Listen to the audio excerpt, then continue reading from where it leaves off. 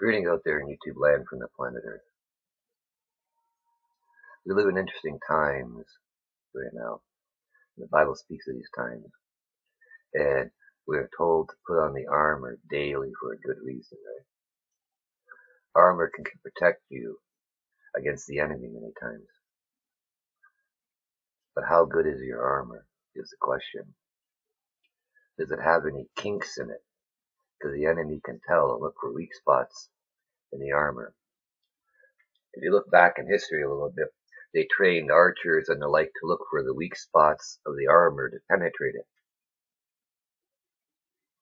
And that's kind of how it is right now with you and your spiritual walk. A lot of you don't understand what I'm talking about, but some don't know or haven't thought about it.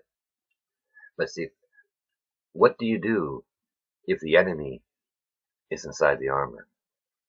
Most of you haven't thought about that. If part of your heart is still hanging on to those sins that you like, it doesn't matter if 90% of your heart is for Jesus, but that little tiny, like 10% or even less, that your heart is hanging on to them sins, that's a kink and a weakness in your armor that the enemy can spot. So when time comes for you to do battle with them, they see your weak spot right away and can hit you with it and stop you right in your tracks from what should have been a victory. And next thing you're sitting there and ashamed, or because the enemy knows the dirty little secrets people have. The devil knows this. So his people will know it too. He'll make sure they know it. You gotta keep your armor checked and always in good repair. Top your oil up all the time. Many out there are having problems in their walk with life. Minor tribulations. Now some may say, well, mine's a little bit worse than minor. Well, hey, I was 12 years and 3 days past due for the grave, having heart attacks every day, falling on the ground. And yet still that was minor compared to what some other people are having. That's the way I look at it. I am truly richly blessed that God showed me mercy, compassion, and love. And I'm standing here right now, free of big pharma, was wearing 5 years worth of patches a day, past due for the grave, severe end stage, and yet here I am, stronger than ever right now, and growing better every day. My armor is solid right now. My faith is strong. I was contemplating for a couple of days whether I had the faith of a mustard seed after everything I'd been through in my life, and Jesus liked that I was checking myself. Better to check yourself now before you're standing in front of him, where a time comes when you really need to be on your game and realize you got holes in your armor and you're standing there naked before the enemy. These are important things to know. But many of us don't check ourselves daily, and that's the problem. We take things for granted, and we let the lukewarm guide us. We're not paying attention to what God said and reading for ourselves, which is what Jesus has been really asking you to tell people to read for themselves. Especially when you look at Revelations 3, verses 12 to 18. So many miss that because they just cherry pick from bits and pieces of the Bible. Some only repeat a few verses and all that, and they don't know anything else that's in there. They trust the hireling. Now that hireling isn't going to defend you in battle. That's your job. God said to persevere to the end. Yeah, there are other false shepherds tell you the fly away fantasy. So what is the point of them telling you to put on the armor every day to protect you from the darts of the enemy? See, these hirelings aren't there. They're there for your cash. They're the false shepherds being spoken about. They're going to, Lord, didn't I do this and that in your name? He's going to say, get away from me. I didn't even know you. Right? Or you never even knew me. Take your pick. Either way, it's the same thing. They're going to ride the slide. And when God tells you only 1/3 are going to make it, the other 2/3 are going to ride the slide, and he's got more respect for one of those thirds that wants nothing to do with him at all, compared to the lukewarm who are waving Bibles, repeating the odd phrase or two, and think that's what it's all about, who don't even have a clue who he is. I know many of you brothers and sisters do know, and I'm not, saying you don't. I'm saying there are many of them out there who are walking this path don't. That's why he speaks of this. And especially when 2 in the mill, 1 taken, 2 in the field, 1 taken, for a reason. Think about that. Half the planet is going to fall because they know not the meat of the word. Just like Hebrews 5, verses 11 to 14 says, especially verse 11, which is going on everywhere you turn, as they Matthew 24:38, forgetting verse 39 is around the corner. But in this time will not be a flood, will be fire and ice and a lot of fire. For his tongue is a double-edged sword, flaming, coming down. He's leading an army. And they're all armored up. and ain't no candies and flowers being passed out. For my God is a God of war, and he's come to do battle. And that 200 million man army is going to be wiped out in the blink of an eye. Right? For good reason. And he's the Lord, and he's ruling with that iron hand. He was reborn in the heavens in September on the 23rd when the first part came out. They can pick you some other dates, and it's fine by them. But I'm using Bible precedents. When Esau put his hand out first, they tied a string around it. Even though the hand went back in and Jacob came out first, they counted it as birth that way, and I'm using that as my guideline. Because the minute it started popping out was the 23rd, and that's good enough for me. Because Jesus was conceived in December, and if I was wrong, I'm sure he would have told me. But he's not having a problem with it. And would it really matter if it's the 24th? I think not, because it came out on the 23rd, it started coming out. And Bible uses that as precedence, good enough for me. And Jesus is Lord, and he's going to be wearing his armor, looking really cool when he comes down there with his war horses. And I even asked him about the war horses, right? They're definitely not the horses spoken about in Zechariah 14, the bottom verse 16 down, when they have to go yearly to the Feast of Tabernacles, or else, because that is God's #1 feast. Don't let any people lie to you. They tell you all these ones are the most important for God. They're not. And the proof is right there. Zechariah 14, verse 16 down. Go to Israel, not Israel, I didn't mention Israel, Jerusalem. I don't think there is Israel then, because a 200 million man army in a tiny sliver of land. Give me a break, right? But think about it. Or else. First year, no rain. Second year, a plague on your ass and you die. Okay? So, yes, many will be mortal. But they are the people talked about in Revelation 22:15, you got to recall. So, part will be a spiritual body, those that are right with God, who can enter his holy city and eat from the trees of life, which, by the way, have 12 different fruits on them and bloom 12 times a year, and the leaves are for the healing of the nations. See, I was wondering if we could lay hands on some of these people when they're ill after, and when I saw that how it said that the leaves are for the healing of the nations, so we just give them to eat or make a cup of tea out of with the leaves, while we that are right with God get to partake of the fruits of the tree, which is way cool, right? But you have to have your armor on daily. So many of them are walking around right now without any armor on at all, thinking they're going to fly away any moment when they don't even know what they're talking about. And the parts that they were referring to was Revelation 7:9. And they come from verse 14. And many are forgetting Revelations 6, verses 9 to 11, which is in play as I speak, but it's going to get a lot worse really soon. Think Rome, but with modern technology. Some are already getting the visions of this. Some want to deny the visions that are out there, and I know people have talked to that God has confirmed this with, saying the States is Babylon, right?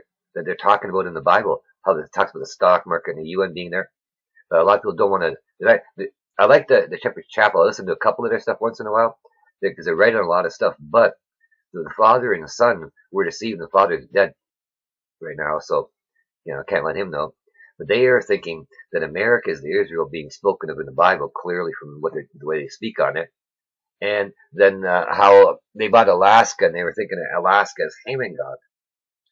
Well, they don't want to, under the patriotic and that Semper Fi, because they were Marines and all that. I can understand that. See, but man cannot have two masters, and that's one of their failings that they failed to realize, right? Patriotic sounds okay to a country until you factor in that God is real. And God is the one you're supposed to be bound to. Even the angels that could rock and roll and do all kinds of stuff that governments and people can't said, don't bow down to us, bow down to God, right? I mean, think about it. All it takes is one angel to really rock and roll some major damage if he wanted to. And God's got armies of the legions of them. More than any man could probably number, right? And they're all armored up. Your little sins that you hold back, their little secrets, God knows them all. But then, if they're sins and wickedness, so does the enemy. They give off an odor to him. You can understand it. Might as well just have the mark of the beast on you. Because God said either you want to be with him or not. And if you do, show him. That's it. Prove it. Stand tall and show him. Because if you're not standing tall for Jesus, that's called hot, being bold, right? Either you're cold or lukewarm. And the cold, they walk the street doing whatever they want, because this is all they have. Well, guess what? This is all the lukewarm have too. but they're leading a partially sinful life while they turn around and wave a Bible out with one hand. But God knows who they are inside, and so does the enemy, because their armor, if they even bother putting it on, is tattered and full of holes. Right?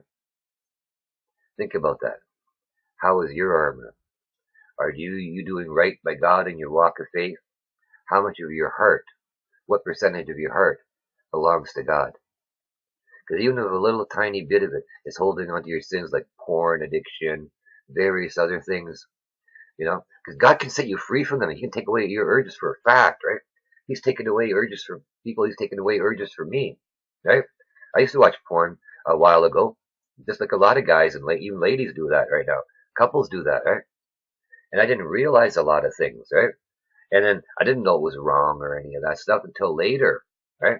And God took those urges away. But you see, now, if I see some nakedness or things like that, I look at it through different eyes, and I go, what a waste of a perfectly good body that God had intended for something else. Like that poor woman could have been a loving wife and mother to some children, right? And raised them up for God and His glory, And I can admire the beauty of God's work, that He makes marvelous creations that are beautiful, unique.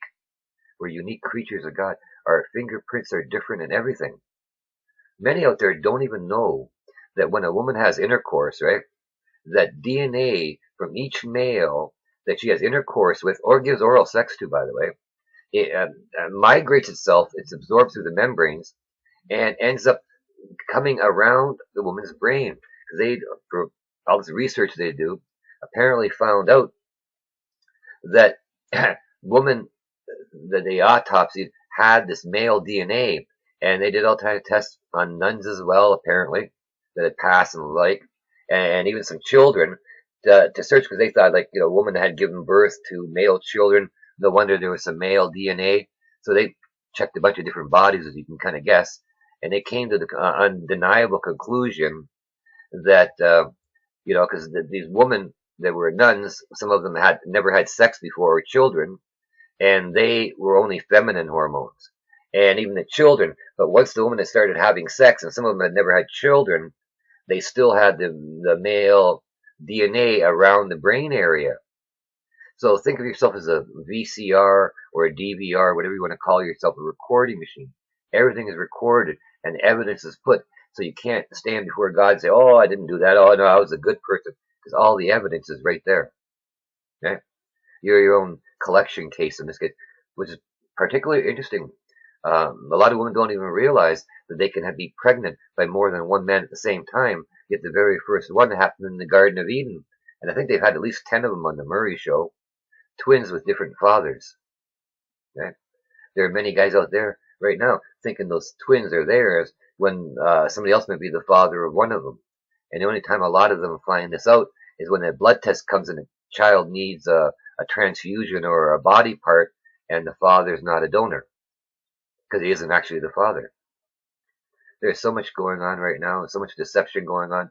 The enemy is trying to get you to keep your guard down. And if you think all's cool and everything's well, like those people that are Matthew 24:38ing, they're not going to put on their armor because they think all is well with everything that's going on around us. Look at Russia over there, talking about no-fly zone, bringing nukes into the picture, right? With their ally Iran having fun with the States right now, as China's having issues as well. And Israel is attacking Iranian targets as well. There's just so much going on right now. And it's like the Bible spoke, pestilence. Israel is like 6 years of a drought, while other areas are getting flooded. There's so many things going on. And I'd ask God, only a couple of silly things, right? Things are going to get a lot worse. You need to have your armor on and good repair. You need to have your oil topped up daily, right? Praise the Lord from sunrise to sunset. Like Psalm 113 says, I do mine 24/7, and I feel better. But without your armor, you're going to be standing there naked before the enemy. Are you ready for when your time comes? Nobody ever said God stopped testing people with Job. He tests people every day, by the way. Some for longer than others, some more severely than others, to see what we will do. He has good reasons for it. Because only those that want to be with God will make it. Many fall back in their sins and they don't realize that it's because part of them is still hanging on to their sins, that they haven't given it up to Jesus. Have you been giving it up to Jesus? Have you asked him to take away the urges and take the control that they have off you and set you free? That Jesus came to set the captive free from the bondage of their sins. And I know he can do it for you, like he's done for me and many others who just finally opened up their eyes and realized that they were the enemy inside their own armor. Even though they thought they were walking the path right and kept on running into difficulties, they didn't realize it was themselves keeping God from totally blessing them with them, because they still had a foot in the other world at the same time without thinking about it. Give God a call today. Have a little chat with Jesus. He'll help you out. His shoulders are wide, and he can help you with any burden. Just talk to him. Just like any other loving parent out there who wants a relationship with their children. He's waiting to hear from you now. So call today for a better tomorrow. Bye-bye.